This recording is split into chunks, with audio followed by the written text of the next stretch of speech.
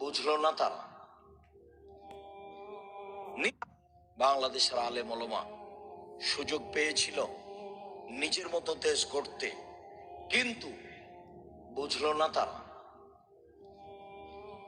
নিজ নিজ স্বার্থে নেমে গেল। সবাই বসে, যারা মনে করে আমরা কোরআন হাদিস বুঝি, হানাফি হোক, শাফি হোক, মালিকি হোক, হাম্বলি হোক, যেই হোক না কেন, তারা যদি নিজ স্বার্থ ত্যাগ করে বাংলাদেশের মাটিতে পরামর্শের ভিত্তিতে নেতা নির্বাচন হবে, এই পদক্ষেপ যদি তারা হাতে নিত, তাহলে যারা গাদ্দারি করছে, করেছে, করবে, এরা সুযোগ পেত না। কিন্তু আমি আর আপনি তো সুযোগ নিলাম। ছেলেগুলো জীবন দিল, মানুষগুলো জীবন দিল। পানি লাগবে, পানি লাগবে, পানি লাগবে।